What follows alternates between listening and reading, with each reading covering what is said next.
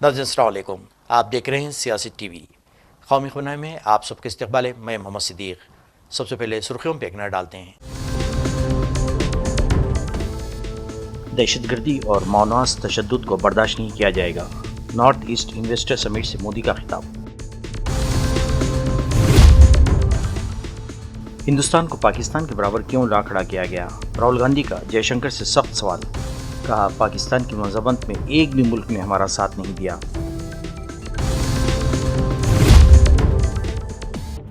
संजय राउत ने कांग्रेस की भरपूर हिमायत की। कहा, राहुल गांधी के सवालात अवाम की आवाज़ हैं। बीजेपी पर ट्रंप के पोस्टर बॉय बन जाने का लगाया इल्ज़ाम।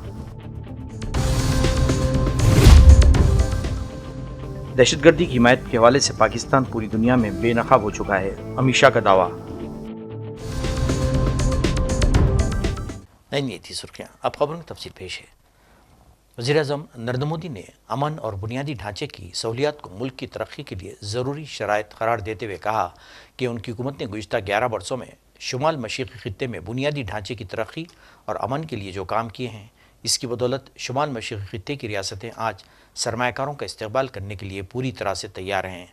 नरेंद्र मोदी ने जुमे के रोज़ यहाँ 2 रोज़ा नॉर्थ ईस्ट इन्वेस्टर समिट का इफ्तिताह करते हुए अमन इस्तेहकाम की अहमियत पर जोर दिया। वज़ीर-ए-आज़म ने कहा कि चाहे वो दहशतगर्दी हो या बदअमनी फैलाने वाले माओनवास, हमारी हुकूमत उनके खिलाफ ज़ीरो टॉलरेंस की पॉलिसी पर अमल पैरा है। किसी भी क्षेत्र के विकास के लिए सबसे जरूरी है शांति और कानून व्यवस्था। आतंकवाद हो या अशांति फैलाने वाले माओवादी, हमारी सरकार जीरो टॉलरेंस की नीति पर चलती है।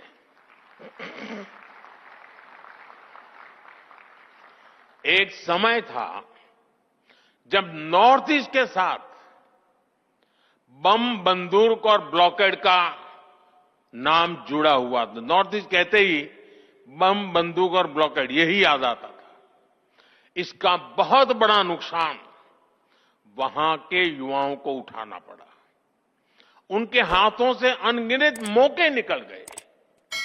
हमारा फोकस नॉर्थ ईस्ट के युवाओं के भविष्य पर है। इसलिए हमने एक के बाद एक शांति समझौते किए, युवाओं को विकास की मुख्य धारा में आने का अवसर दिया। पिछले 10-11 साल में 10,000 से ज्यादा युवाओं ने हथियार छोड़कर शांति का रास्ता चुना है। 10,000 नौजवानों ने। आज नॉर्थ ईस्ट के युवाओं को अपने ही क्षेत्र में रोजगार के लिए, स्वरोजगार के लिए नए मौके मिल रहे हैं। मुद्रा योजना ने नॉर्थ ईस्ट के लाखों युवाओं को हजारों करोड़ रुपए की मदद दी है। एजुकेशन इंस्टीट्यूट्स की बढ़ती संख्या नॉर्थ ईस्ट के युवाओं को स्किल बढ़ाने में मदद कर रही है। आज हमारे नॉर्थ ईस्ट के युवा अब सिर्फ इंटरनेट यूजर नहीं, डिजिटल इनोवेटर बन रहे हैं। 13,000 किलोमीटर से ज्यादा optical fibre, 4G, 5G coverage, technology में उभरती संभावनाएं। नॉर्थ ईस्ट का युवा अब अपने शहर में ही बड़े बड़े स्टार्टअप शुरू कर रहा है।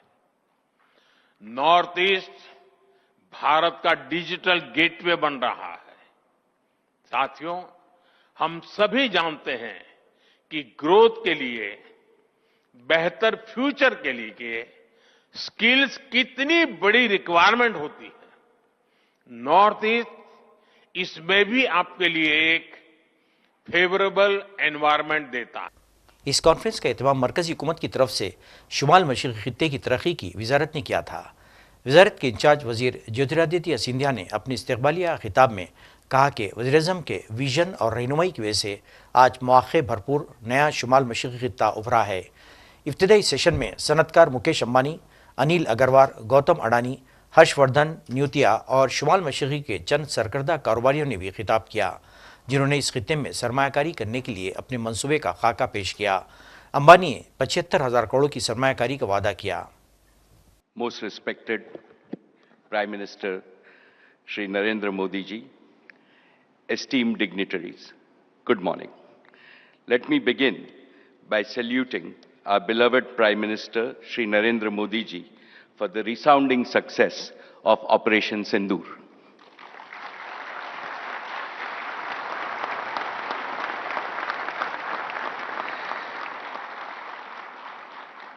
This success is a shining testament to his steely resolve and to the unmatched bravery of our armed forces.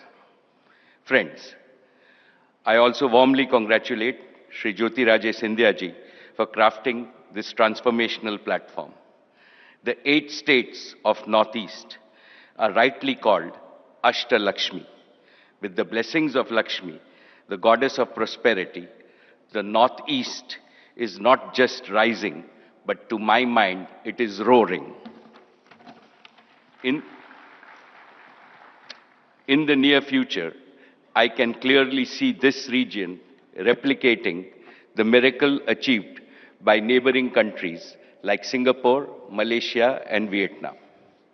Respected dignitaries, for Reliance, it is a matter of privilege to fulfill the dreams of a region that has the fastest rate of economic growth with the youngest population in India. Today, I make 6 commitments to the Chief Ministers of Arunachal Pradesh, Assam, Manipur, Meghalaya, Mizoram, Nagaland, Sikkim, and Tripura. First, Reliance has invested around rupees 30,000 crores in the region in the past 40 years. In the next 5 years, we will more than double our investments with our target at 75,000 crores. मरकजी वज़ीर दाखिला अमित शाह ने कहा कि पाकिस्तान की शिनाख्त दहशतगर्दी की हिमायत करने वाले मुल्क के तौर पर दुनिया भर में हो चुकी है और ऑपरेशन सिंदूर के दौरान पाकिस्तान में मुक़ीम दहशतगर्द तंजीमों पर हिंदुस्तान की फौजी कार्रवाई के खिलाफ और दहशतगर्दों की हिमायत में हिंदुस्तान पर इसकी जवाबी कार्रवाई से ये बात पूरी तरह आया है। मिस्टर अमित शाह ने जुमे के रोज़ यहाँ रुस्तुमजी मेमोरियल लेक्चर और बॉर्डर सिक्योरिटी फोर्सेस के एजाज़िया तकरीब से खिताब करते हुए कहा कि पाकिस्तान बार बार ये दावा करता रहा कि वो दहशतगर्दी की हिमायत नहीं करता, लेकिन ऑपरेशन सिंदूर के बाद होने वाली पेशरफ से वो बेनकाब हो गया है। उन्होंने कहा कि पहलगाम दहशतगर्दाना हमले के जवाब में शुरू किए गए ऑपरेशन सिंदूर में हिंदुस्तानी अफवाज ने पाकिस्तान के ज़ेर कब्ज़ा कश्मीर और पाकिस्तान में कायम दहशतगर्दी के सिर्फ 9 ठिकानों को तबाह किया और किसी फौजी अड्डे को और शहरी तंजीबात को निशाना नहीं बनाया। मैं आज ऑपरेशन सिंदूर के बैकग्राउंड की भी जरूर बात करना चाहूंगा। मित्रों, हम सभी जानते हैं कई दशकों से हमारा देश पाक प्रेरित आतंकवाद का सामना कर रहा है। सालों तक कई बड़ी बड़ी घटनाएं पाकिस्तान ने की, मगर इसका जवाब, उचित जवाब नहीं दिया गया। हम संरक्षात्मक काम करते रहे, हमारे लोगों की जान बचाने के लिए बहुत अच्छा काम हमारी पुलिस, सेना, बीएसएफ सबने किया, मगर कभी भी उचित जवाब नहीं दिया। 2014 में नरेंद्र मोदी जी प्रधानमंत्री बने, भारतीय जनता पार्टी के नेतृत्व वाली सरकार बनी और सबसे पहला बड़ा हमला उरी में हमारे जवानों पर किया, उनको जिंदा जला देने की हिमाकत की और हमने सर्जिकल स्ट्राइक कर पहली बार आतंकी ठिकानों में घुसकर आतंकवादियों को जवाब देने का काम उरी के बाद तुरंत किया। हम मानते थे कि ये संदेश से शायद अब सब कुछ रुक जाएगा, मगर नहीं रुका। पुलवामा में हमला हुआ, सीआरपीएफ के जवानों को आतंकी हमले में उड़ा दिया गया। भारत की सेनाओं ने एयर स्ट्राइक कर इससे उरी से कठोर जवाब देने का प्रयास किया और फिर से एक बार हमने आतंकी अड्डों को उड़ाने का काम किया। और उसके बाद पहलगांव में इंतहा ही कर दी। निर्दोष यात्रिकों को धर्म पूछकर अपने परिवार के सामने, परिवार के महिला सदस्य और बच्चों के सामने चुन चुन कर निर्ममता पूर्वक मारने का पाप पाक प्रेरित आतंकवादियों ने किया। और उस वक्त हमारे प्रधानमंत्री जी ने उनको कहा था, बिहार से कहा था कि इसका उचित जवाब दिया जाएगा, और ऑपरेशन सिंदूर ये उसका जवाब है। आज पूरी दुनिया हमारी सेना की वीरता और मारक क्षमता की भूरी भूरी प्रशंसा कर रही है। कांग्रेस लीडर राहुल गांधी ने वजीर खारजा एस जयशंकर पर एक बार फिर सख्त तनकीद की है। इन्होंने 23 मई को एक्स पर एक पोस्ट में जयशंकर को जय जय कहकर मुखातिब करते हुए कई संगीन सवालात उठाए। इन्होंने कहा, क्या जय जय हटाएंगे? हिंदुस्तान को पाकिस्तान के बराबर क्यों ला बिठाया गया? पाकिस्तान की मजम्मत में एक भी मुल्क ने हमारा साथ क्यों नहीं दिया? ट्रंप को हिंदुस्तान और पाकिस्तान के दरमियान सालिसी करने के लिए किसने कहा? हिंदुस्तान की खारिजा पॉलिसी तबाह हो चुकी है। राहुल गांधी ने कहा कि ये ताज़ा तबसरा इस वीडियो के तनाज़र में आया जिसमें जयशंकर डच मीडिया को इंटरव्यू दे रहे हैं। वीडियो में वज़ीर ख़ारजा जयशंकर ने पाकिस्तान बैनुल-अक़वामी हिमायत और हिंदुस्तान की पॉलिसी पर सवालात किए जा रहे हैं, जिन पर उनके जवाबात गैर वाज़ेह और हिचकिचाहट वाले दिखाई देते हैं। कांग्रेस के ऑफिशियल एक्स हैंडल से भी वीडियो शेयर किया गया है, जिसके साथ लिखा गया है, उनकी ज़बान लड़खड़ा क्यों रही है। शिवसेना के रुकने पार्लिमान संजय रावत ने आज जुमे को एक प्रेस कॉन्फ्रेंस में मरकज़ की मोदी हुकूमत और भारतीय जनता पार्टी को शदीद तनकीद का निशाना बनाया। इन्होंने कांग्रेस रहनुमा राहुल गांधी की हिमायत करते हुए कहा, जो सवालात राहुल गांधी ने उठाए हैं वो मुल्क के 144 करोड़ अवाम के दिल की आवाज़ हैं। संजय रावत ने कहा कि राहुल गांधी ने पूछा है कि पाकिस्तान पर भरोसा क्यों किया जाए। ये सवाल कैसे गलत हो सकता है? पूरी दुनिया जानती है कि पाकिस्तान पर एतमाद नहीं किया जा सकता। सिर्फ बीजेपी के टॉलर्स ही ये बात नहीं समझते। इन्होंने अमरीकी सदर डोनाल्ड ट्रंप पर भी सवालात उठाते हुए कहा, ट्रंप से हिंदुस्तान को क्या मिला? इन्होंने तो नुकसान ही पहुँचाया। हमने पाकिस्तान से दहशतगर्दी के खात्मे के लिए लड़ाई शुरू की थी, ज़मीन हथियाने के लिए नहीं, लेकिन ट्रंप ने हमारा साथ देने के बजाय नुकसान किया। राहुल गांधी का सवाल बिल्कुल दुरुस्त है और ये मुल्क के अवाम की आवाज़ है। संजय रावत ने कहा कि जज्बाती अंदाज में जब हमारे 26 मासूम लोग मारे गए, हमारी ख़वातीन का सुहाग उजड़ा, तो हमारा खून खौला था। हमारे पास सिर्फ खून है और वही मुल्क के लिए बहता है। बीजेपी लीडर निशिकांत दुबे की जानिब से किए गए रिमार्क्स पर बीजेपी को कड़ी तनकीद का निशाना बनाते हुए कांग्रेस तर्जुमान सुप्रिया श्रीनीत ने कहा कि बीजेपी कायदीन कम इल्मी के बास बेबुनियाद बातें कर रहे हैं। ये 1991 का डॉक्यूमेंट है। जयशंकर जी उस वक्त तो कहीं न कहीं छोटे अधिकारी रहे होंगे। सवाल ये हमारी सरकार और आपकी सरकार का नहीं है। सवाल ये है कि 1947 से पाकिस्तान को हम आतंकी राष्ट्र मानते हैं। 78 साल से कश्मीर के मुद्दे पर हमारी उनके साथ लड़ाई चल रही है। हमारे कश्मीर के हिस्से को पाकिस्तान ने अपने कब्जे में कर रखा है।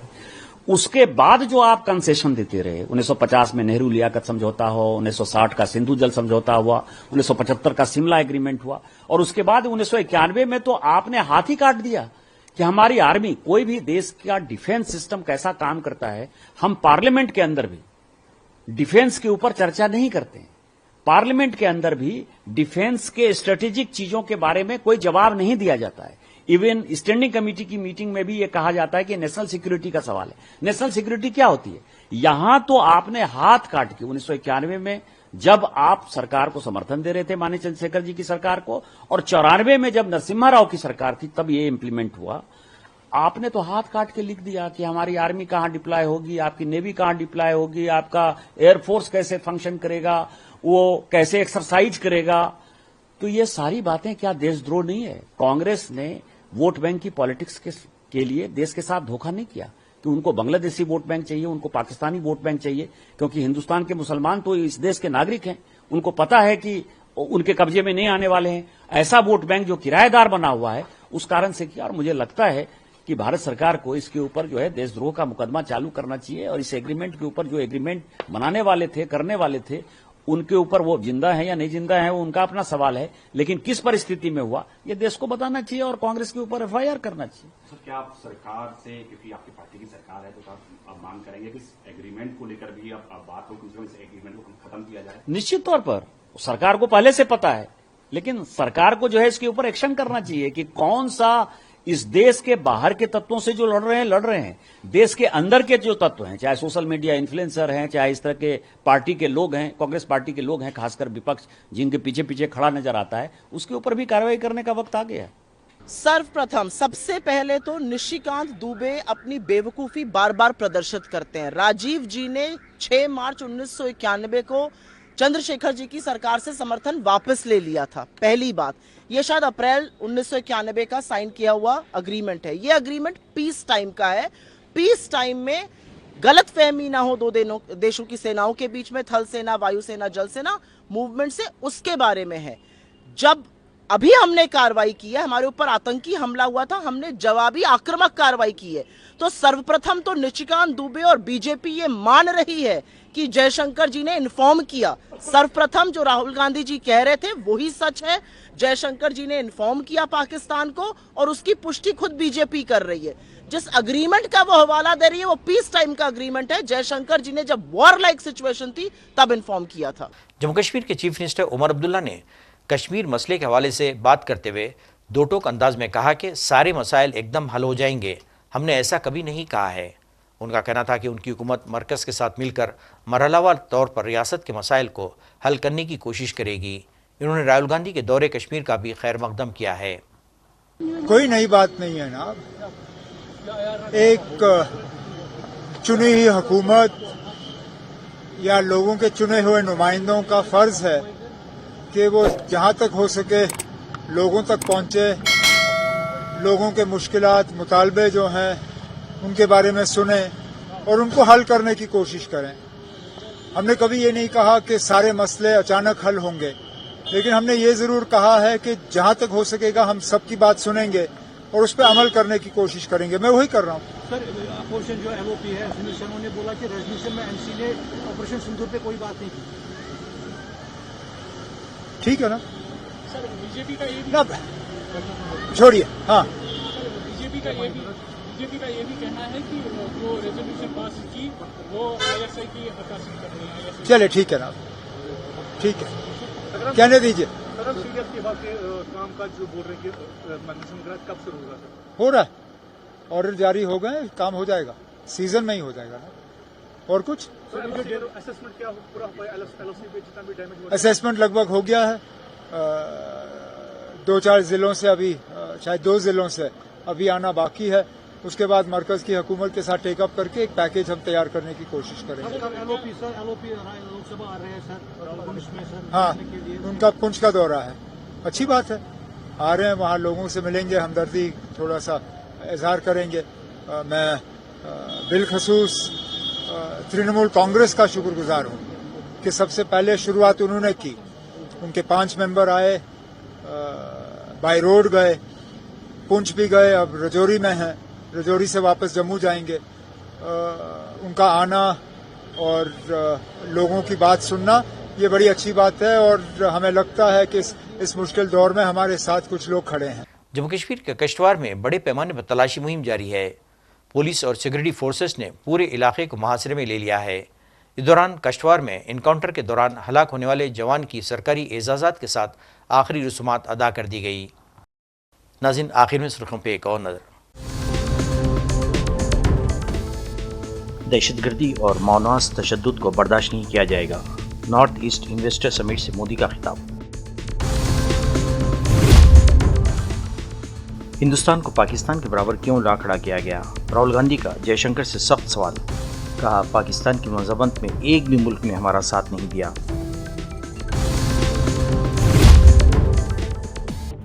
संजय राउत ने कांग्रेस की भरपूर हिमायत की। कहा, राहुल गांधी के सवालात अवाम की आवाज़ हैं। बीजेपी पर ट्रंप के पोस्टर बॉय बन जाने का लगाया इल्जाम। दहशतगर्दी की हिमायत के हवाले से पाकिस्तान पूरी दुनिया में बेनकाब हो चुका है, अमित शाह का दावा। नाज़रीन, इसी के साथ ही कौमी खबरनामा खत्म होता है। मुझे और सारी सियासत की टीम को इजाज़त दें। अल्लाह हाफ़िज़।